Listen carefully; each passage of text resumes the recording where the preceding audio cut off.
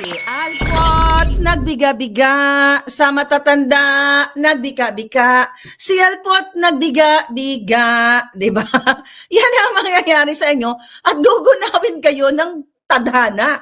Si Alpot, nagpaitot-itot. Sa masusyunda, nagbika-bika. Si Alpot, nagpaitot-itot.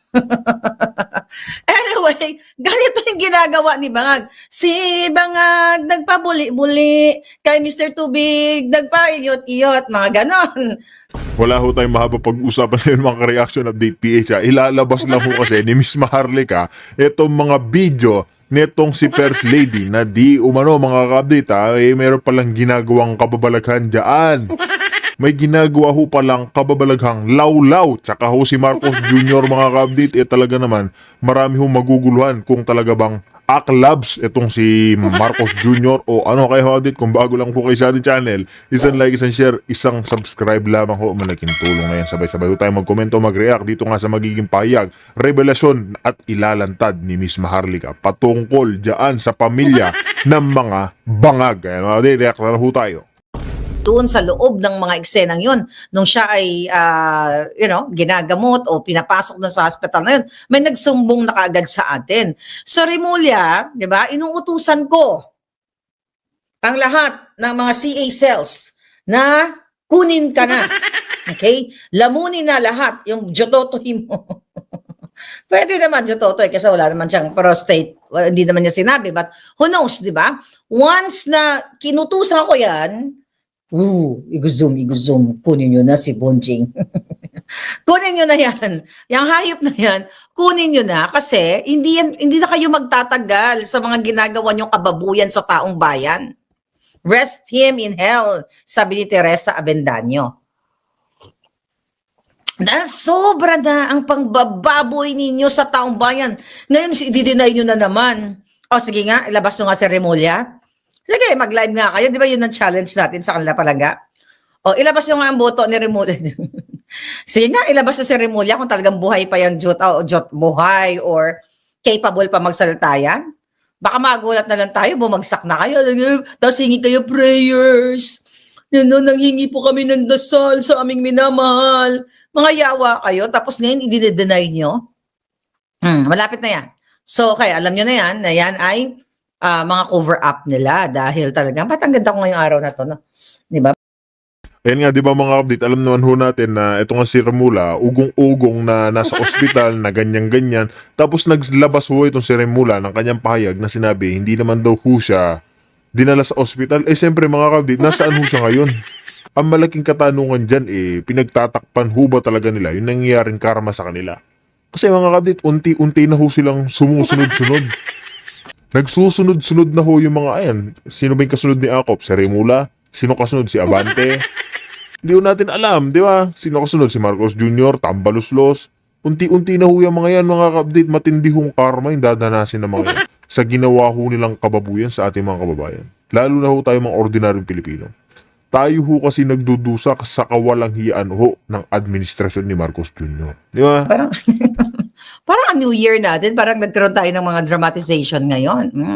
Nag-ayos kasi ako, madalas kasi hindi ako nag-aayos pag may partida pa yan, hindi pa nag-aayos yung lola ninyo. May moment kasi natamad-tamad ako magsuklay, yun na nakaharap lang tayo. Pero ngayon, nagsipag ako, nagsuklay ako at nag-emote ako, right? Kasi iniisip ko 2026, harap ako sa inyo. Ayoko naman ng hindi ako masyadong maganda. Dapat yung bonggang ganda lang. Sino kaya ang susunod na magugurgor? Sabi ni Juvie. Hindi natin alam kung sino sunod na magugurgor, di ba? Crisostomo Ibarra.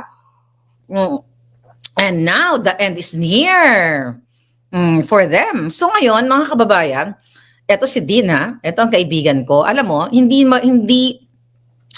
yung situation namin ni Dean Chase, okay? Palangga, Happy New Year, nag-message kami kanina. Yung situation ni Dean at saka ako pareho, okay? Na hinahabol kami ng mga bangag. Gusto kaming gurgurin. It just so happened na caring-carry lang ako na kahit may death threat, dapat ganda-gandahan pa rin ang dating natin, di ba? Pero dapat ganun ang outlook nyo sa buhay. Even may mga problema kayo, huwag kayong nagbubunot na ng ganyan, kayo ng ulo dahil na kayo. Ay, Vance Vlog. Aba, si Vance Vlog nagbigay ng pa-Happy New Year. Thank you so much. Ayan, see you in Japan. See you soon. Ano daw? Stem cell therapy. No, ako wala pa akong therapy palangga. Wala pa akong mga ganyan. Partida pa yan. How much more kung mag-stem cell pa ako? Baka maging fetus na ang magiging fetus na ako sa ang alindog ko. Di ba? Magmukhang bata na tayo.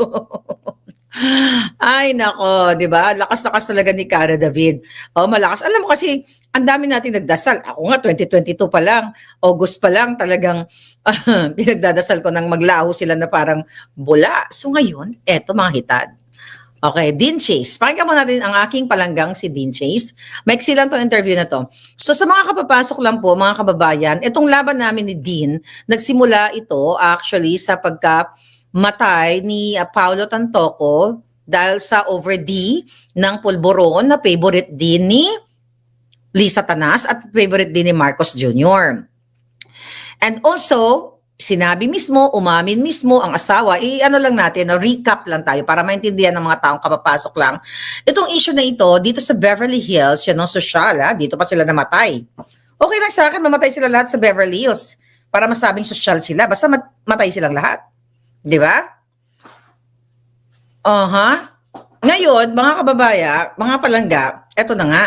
So, ang issue dito na nilaban namin ni Dean, patungkol nga ito kay Paulo Tantoco na nagurgur dahil sa over D, din yung asawa niyang si Dina Arroyo Tantoco, na pinsan ni Ibuna, na inamin naman ni Ibuna sa akin nung nasa Netherlands kami, na mga addictos daw talaga.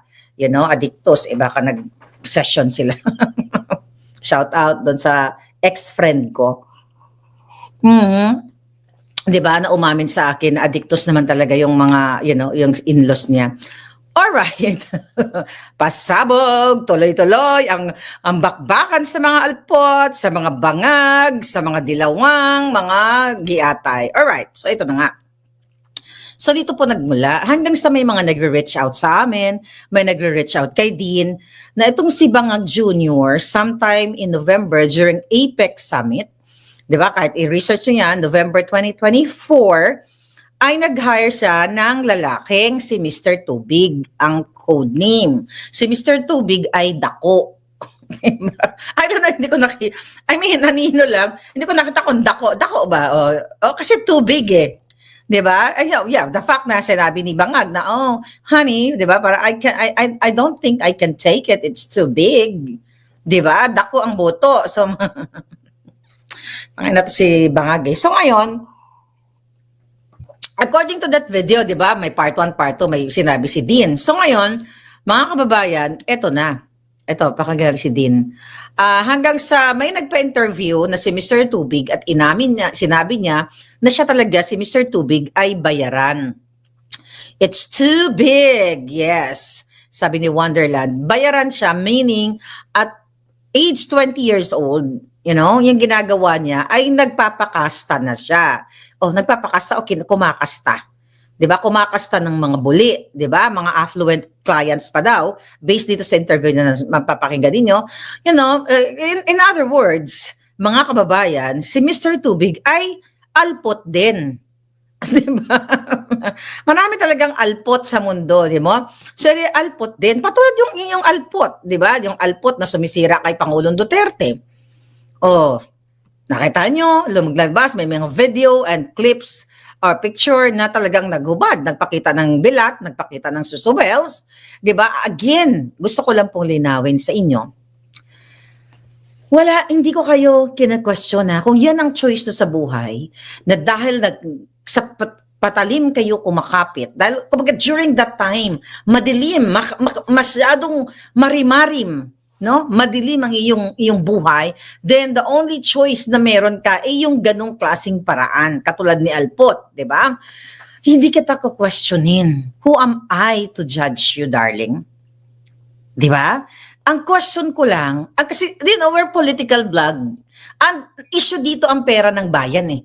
Hindi tayo nag-uusap dito sa private person lang. Na ordinary ng isang babae o isang lalaki, 'di ba? Katulad kay Mr. Tubig, 'di ba? Kay Mr. Tubig is actually part siya ng, hindi siya, inaano natin siya. Well, unang-una, hindi siya Filipino. Dito siya, biracial nga siya, pero may dugo siya Filipino according to him sa interview. Pero ang punto de vista natin, hindi natin inaatake, kinu-question ng isang taong nasadlak sa dusa. Dahil marami tayong mga kababayan na dumaan sa ganyang karimlan, pero binago nila yung buhay nila. From that kadiliman, inangat nila yung buhay nila, na alam nila, na in-acknowledge nila sa buhay nila na mali yung ginawa nila, pero nagkaroon sila ng redemption sa sarili nila, maybe sa God, na naghingi sila ng tawad, tapos ginawa nila, nagtrabaho, naging maayos sila, nagka-family sila, then what you call it, naggawa ng mga charity works sa kanilang mga community, and it's really real coming from here. The problem with this Alpot, you know, and itong issue natin kay Mr. Tubig, mga kababayan, sangkot ang pera ng bayan. Like how much yung ginastos sa kanya, 'di ba? Like 2 point something million sa isang, you know, sa isang gabi lang na tinusok, according to that interview ni Dean, na tinusok yung buli ni Bangag. Listen to Dean. Tignan natin. Ay, teka. Ayan si Dean. Interview, vlog niya to kanina. Kahapon yata. Okay, palangga. Magandang araw po sa ating lahat. Si Dean Chase po ito. Isa pong malaking paumanhin po sa inyong lahat mga kababayan na kasi umiikli po kasi mga oras po namin dito na magkakataon po kaming may update nga po kayo sa mga nangyayari po dito, pero yun na nga po, sa mga nakaraang araw sinisigurado lang po talaga namin ang aming seguridad. Kaya ito na nga po. Okay, gusto ko lang sabihin, kaya sinasabi ni Dean na sinisigurado niya lang kanyang seguridad kasi mga kababayan, doon sa kanyang tinitirhan, okay, dito actually, magkakapit-bahay lang kami niyan, sa kanyang tinitirhan, mga kababayan, una ay nagkaroon ng burglary, pinasok yung bahay ni Dean. Okay, ng kanyang partner, then wala namang ninakaw, wala naman daw nawala, although according to him, yun nga, wala namang mga valuables na nanakaw. So that's first time. Then second time, okay, according to Dean, ay may nagkaroon ng patayan o may ginurgur doon sa building nila na kalbo din. Ang sabi niya nga, Asian din, na maybe it's mistaken identity. Alright? So, yun yung situation kasi ngayon eh. At sinabi na rin naman niya, I think sa vlog niya, na talagang na nagkakaroon siya ng umalis na yata sila dun sa bahay na tinitira nila dahil nga may sumusunod na sa kanya, papatayin, this expose, mga kababayan, the same with my expose, talagang gugurgurin kami, kaya buwis buhay talaga to. Kaya dapat nga talaga lahat ng Pilipino makialam na napatalsikin na si Bangag dahil pang bababoy na ang ginagawa nila. Listen to Dean. Na po yung part 2 po namin ng interview with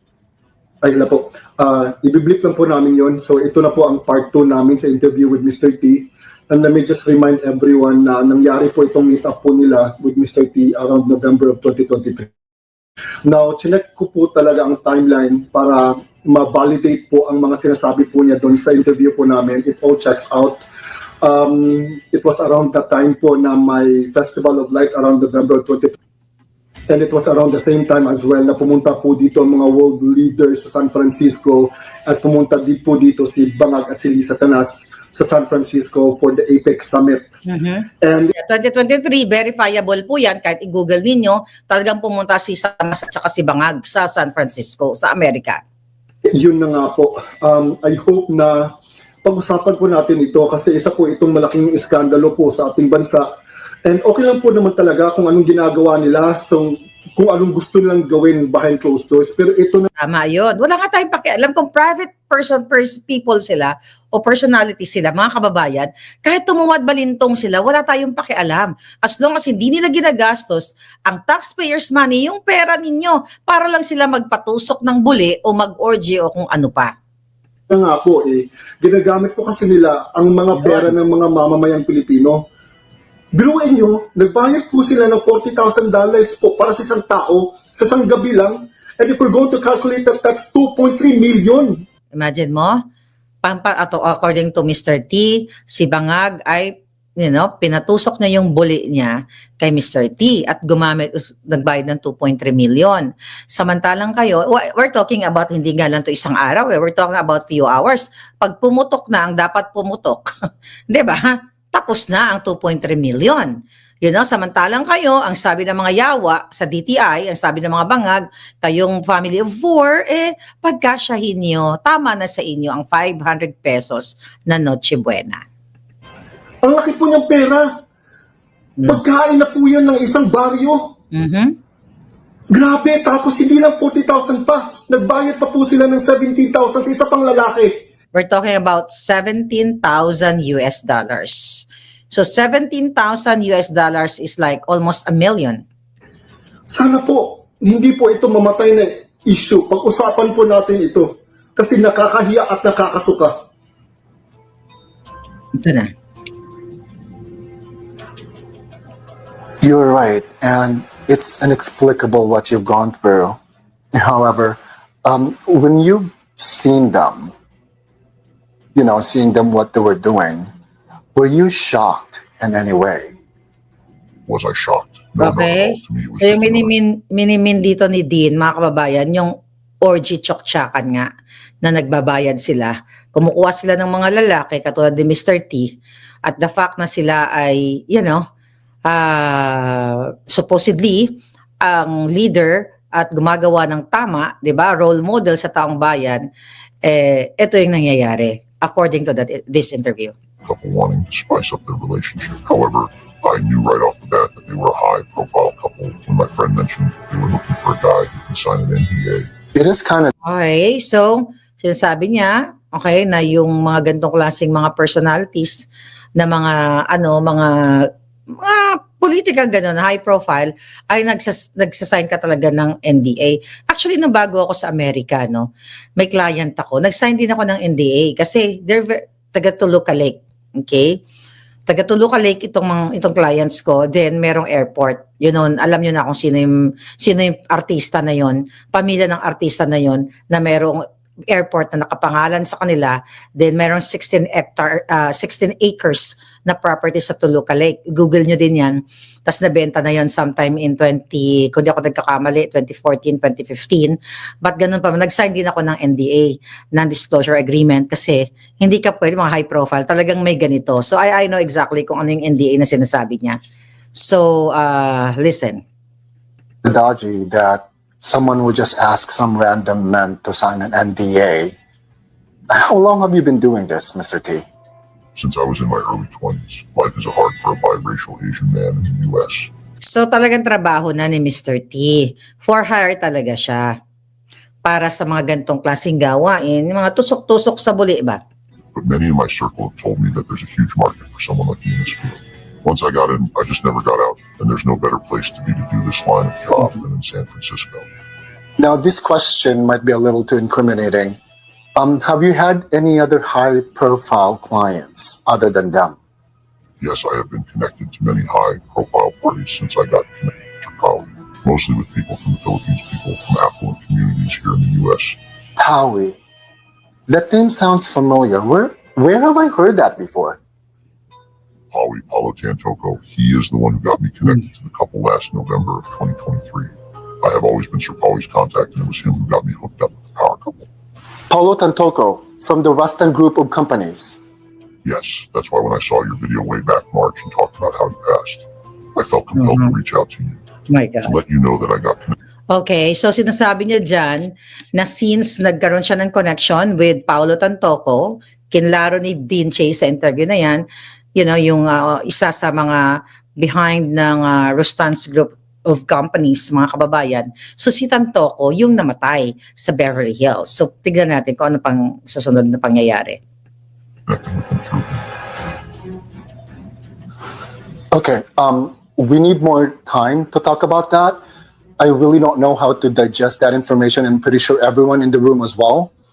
Since we are on the topic, when you get invited to these kind of parties, do you always expect the presence of party drugs? Party drugs are always present when I go to private shindigs like these. I sometimes bring my own stuff to add to the mix. Eh, di ba normal naman sila sa mga ganyang bangag? Sabi nga ni Clarita Carlos, di ba? You know, very New Yorker si Bangag at saka si Satanas. So sa New York, which is hindi naman totoo, na okay lang yung magpupulburon.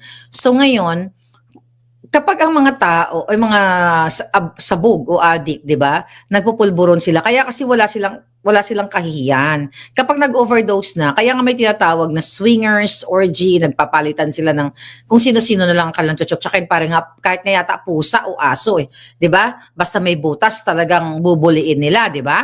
Anyway, Mr. T, I'm gonna ask you right now. Did your meetup with the Bangag couple have party drugs? Yes, they had a never-ending line of coke, mollies, and a lot of Viagra. ayan o, never-ending coke, mollies, and lot of Viagra or Viagra. Of course, that's not even the end of it. When they said they want to do more rounds, Viagra made sense. Viagra? Yes, the missus said he was having a hard time keeping it hard.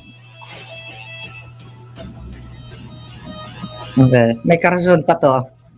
Ang cute ng accent ni Dean. Magandang araw po sa Viagra! I love you, Dean. So anyway, okay. So mga kababayan, you decide. Okay? You decide. Mayroong in-expose ito. Mayroon pa ditong, I don't know kung mapapakita natin to. Pero punta kayo sa kay Dean Chase. Meron siya dyan, pinost na picture na shadow ni Satanas.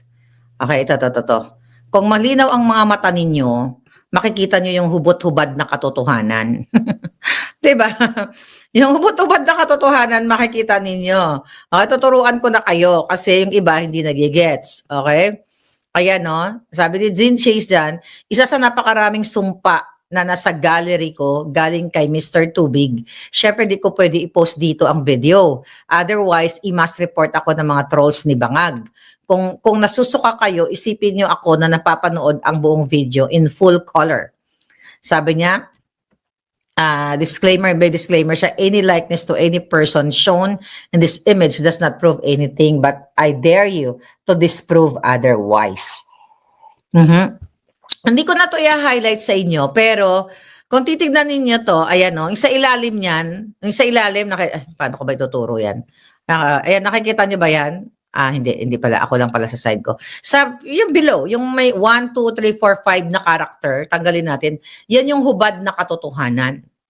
Kadiri.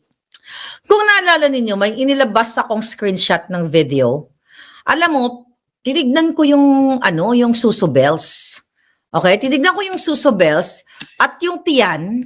Okay, although dito, medyo baka sa picture lang, pero nung malaki din ang tiyan, butod din. Okay, so nilabas ko yung picture na yon. Actually, video yun, screenshot yun ni Daryl Yap na sidekick ni Amy Mangga. Sinendya sa akin yon, siya yung nagsabi sa akin na ayan, yung kay Satanas, di ba? Ilabas din yata ng mga dilawan yun na nakabuka kasi parang si Satanas na parang dead bug. Parang dead frog. Nakaganon. Nakaganon ang buwaka ng ina. So, law-law na, I mean, mga kababayan, darating naman tayo talaga in fairness naman, darating naman talaga tayo sa buhay natin na pag tumanda tayo, ilalawlaw din naman yung mga Suso Bells natin. Walang exemption niya. Unless na lang, kung papatusok mo yung suso mo, lalagyan mo ng stick, lalagyan mo ng silicone, dahil gusto mo i-impress ang boylet mo, di ba ganon? Sa panahon ngayon, medyo mag-segue tayo ng konti. Di ba sa panahon ngayon, talaga mga alpot, yung mga mukha nila, pinapabangas nila sa mga doktor. Di ba yung mga suso nila, nilalagyan ng silicone.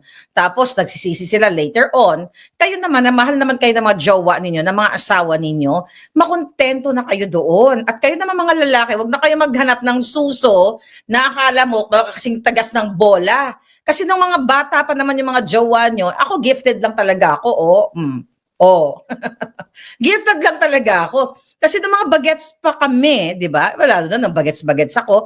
Ang aming mga suso, para namang bundok ng mayon na gumaganon. Siyempre, nagkaanak na yung mga jowa nyo, nagkaanak na yung mga babae. Anong kadyutahan yung mga lalaki kapag sasampalin ko kayo? Joke lang. No, I mean, real talk. Okay, kayo mga asawa, mga lalaki, hindi porket ang asawa niyo nanganak ng 2, 3, syempre katulad ni Satanas, ang suso niya hanggang dito na sa bewang niya na, di ba? Wala naman problema yun. It's really,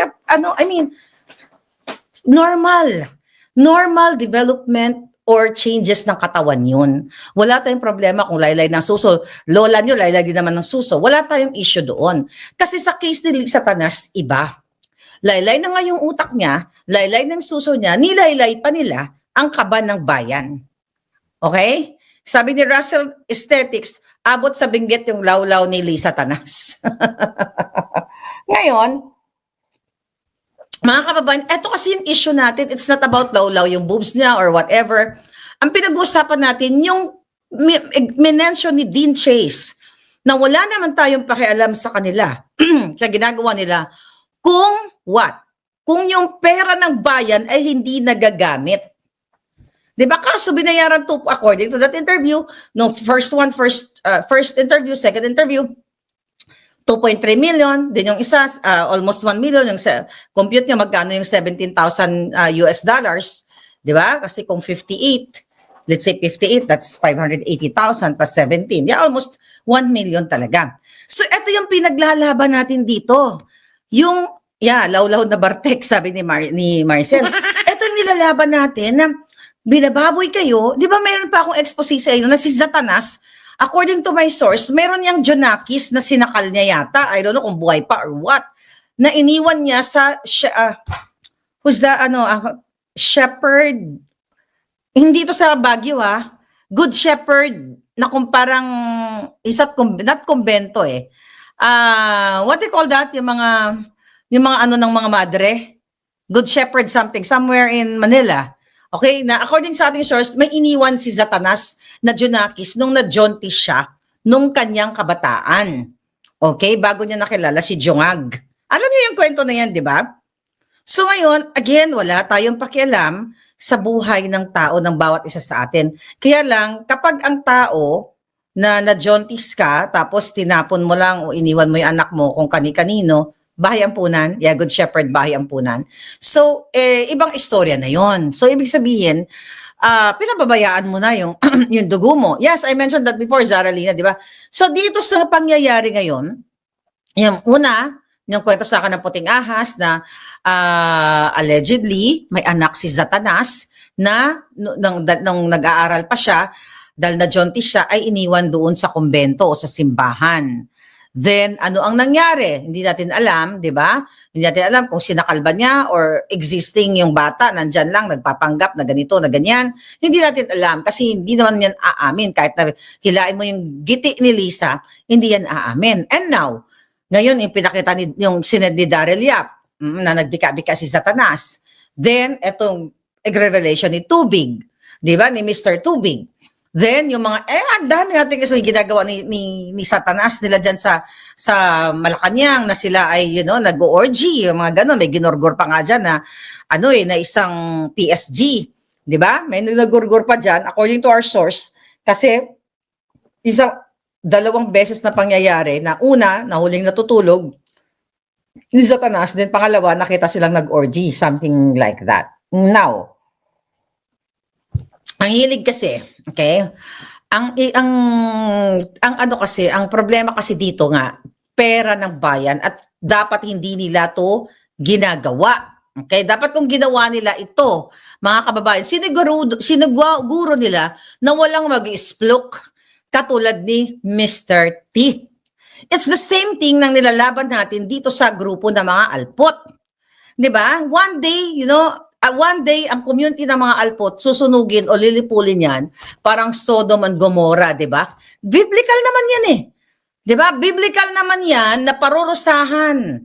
Itong mga politikong ito, kaya nga inaaratay sila, namamatay-matay na sila isa-isa.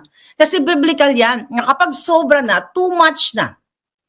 Si Clarita Kaliling, mahilig din yan. O, di ba? In-expose ko rin yan sa inyo na sinasama ni yung kanyang boyfriend sa Thailand. Hindi mo, kabisado nyo, kasi nagpapalo kayo dito sa akin. Kaya pag-follow pa kayo, I need like 100 million subscribers.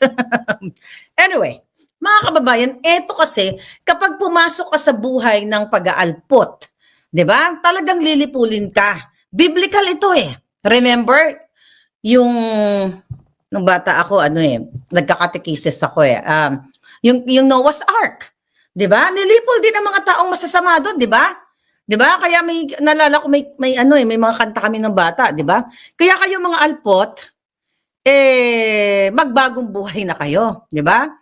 Si Alpot, nagbiga-biga, sa matatanda, nagbiga-biga. Si Alpot, nagbiga-biga, di ba? Yan ang mangyayari sa inyo at gugunawin kayo ng tadhana. Si Alpot, nagpaitot-itot, sa masusyunda, nagbiga-biga. Si Alpot, nagpaitot-itot. Anyway, ganito yung ginagawa ni Bangag. Si Bangag nagpabuli-buli, kay Mr. Tubig nagpaiyot-iyot, mga ganon. Kaya